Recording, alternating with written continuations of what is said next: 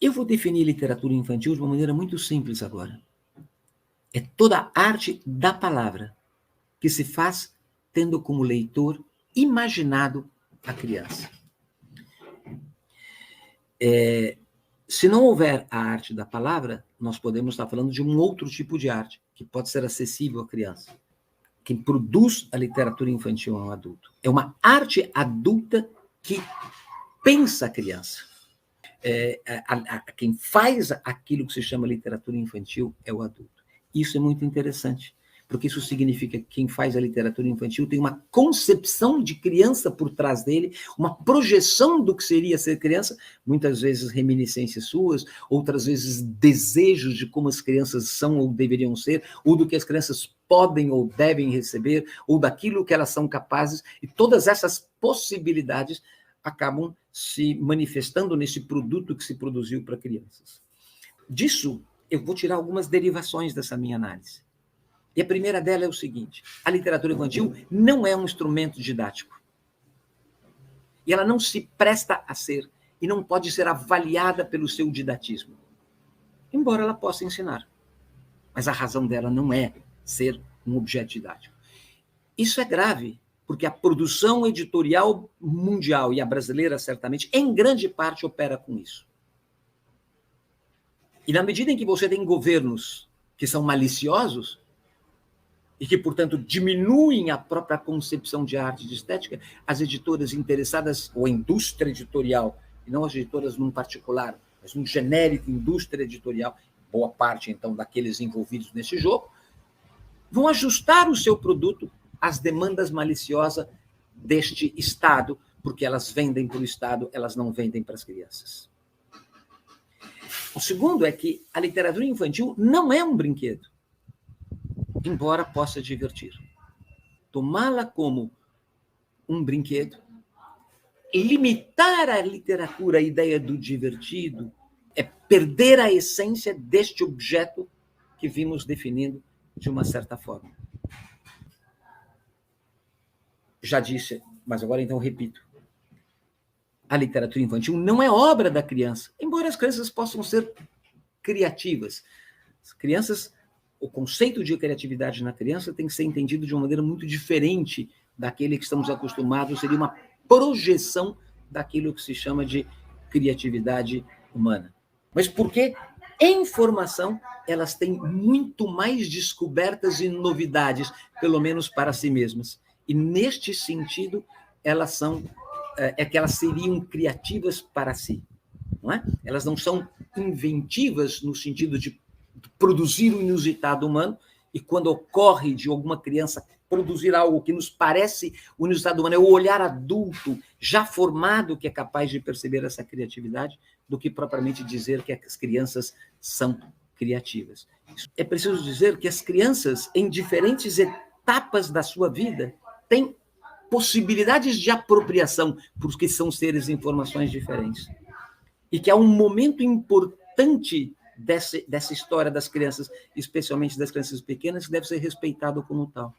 É preciso uma crítica profunda e uma não convivência com a produção editorial de cunho comercial e de cunho pragmático que se faz para crianças. A literatura infantil está dependente, em grande parte, das decisões de caráter comercial e político da indústria editorial. Ela também não é única. Há disputa dentro dela, há diferenças, e certamente há movimentos muito positivos dentro dela. Mas, observando a análise global maior deste movimento, nós temos aí um problema mais do que uma solução. É preciso combater, é preciso enfrentar e é preciso polemizar a didatização da literatura infantil.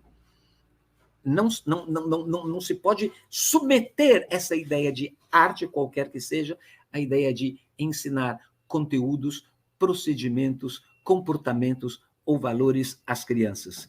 A literatura não se presta a isso, essa não parece ser a função da arte. Finalmente, é preciso parar de idealizar a criança. Nós amamos as nossas crianças. Eu amo as minhas crianças em todas as idades que elas têm.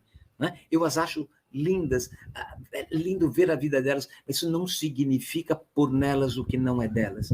É preciso, a partir de um olhar crítico, agudo, compreender a própria criança como ela é e não olhar para um objeto, olhar para os fenômenos de uma maneira empírica, superficial, e não confundir folhear um livro com ler, manusear um livro com ler, acompanhar uma história com ler, e muito menos supor que estes processos produzem necessariamente futuros leitores. Mas, ao mesmo tempo, é preciso desidealizar este movimento para que a investigação, para que o próprio processo pedagógico de pensar a criança avance para níveis mais intensos, mais constitutivos. E, finalmente, parar com o mito da formação de leitor. Né? O que é desejável do ponto de vista político é pura e simplesmente a formação. E não precisava nem adjetivo. Né? Mas, se quiserem, a formação da pessoa. Ora, a formação da pessoa passa pelo seu desenvolvimento pleno, intelectual, físico, psíquico, emocional, e certamente a apropriação dos objetos sofisticados da cultura nos diferentes momentos da vida dela, respeitados e compreendidos como tal, são essenciais.